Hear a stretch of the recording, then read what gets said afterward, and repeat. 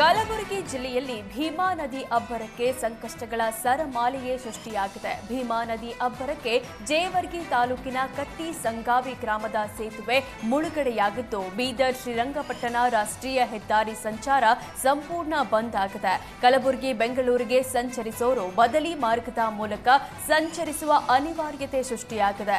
ಸೇತುವೆ ಮುಳುಗಡೆಯಿಂದ 1.5 ಕಿಲೋಮೀಟರ್ನಷ್ಟು ವಾಹನಗಳು ಸಾಲುಗಟ್ಟಿ ನಿಂತಿದ್ದು, ಊಟ ನೀರಿಲ್ಲದೆ ಸವಾರರು ಪರದಾಡಿದ್ದಾರೆ.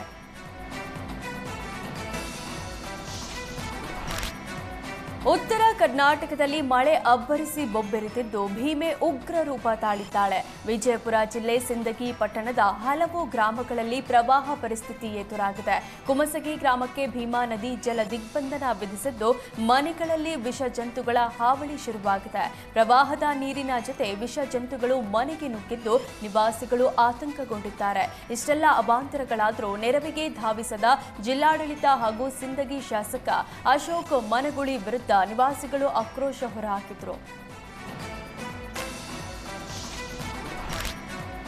ಗುಮ್ಮಟನಗರಿ ವಿಜಯಪುರದಲ್ಲಿ ಮಳೆ ಅಬ್ಬರಿಸಿ ಬೊಬ್ಬೆರೆದಿದೆ. ಪ್ರವಾಹದ ಅಬ್ಬರಕ್ಕೆ ಆಲಮೇಲ, ಇಂಡಿ, ಚಡಚನ ಪಟ್ಟಣದ ಹಲವು ಗ್ರಾಮಗಳಲ್ಲಿ ಪ್ರವಾಹ ಉಂಟಾಗಿದೆ. ಪ್ರವಾಹ ಪೀಡಿತ ಗ್ರಾಮಗಳ ನಿವಾಸಿಗಳನ್ನ ಕಾಳಜಿ ಕೇಂದ್ರಕ್ಕೆ ರವಾನಿಸಲಾಗಿದೆ. ಆಲಮೇಲ ತಾಲೂಕಿನಲ್ಲಿ 9, ಇಂಡಿ ತಾಲೂಕಿನಲ್ಲಿ 7 ಕಾಳಜಿ ಕೇಂದ್ರಗಳನ್ನು ತೆರೆದಿರುವ ಜಿಲ್ಲಾಡಳಿತ ಕಾಳಜಿ ಕೇಂದ್ರಗಳಿಗೆ ಸಂತ್ರಸ್ತರನ್ನ ಸ್ಥಳಾಂತರಿಸಿದೆ.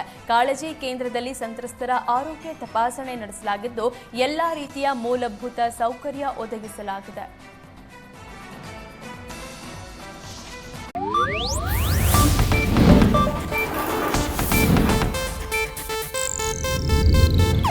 ಇದು ಏಷ್ಯಾನೆಟ್ ನ್ಯೂಸ್ ನೆಟ್ವರ್ಕ್ ಪ್ರಸ್ತುತಿ.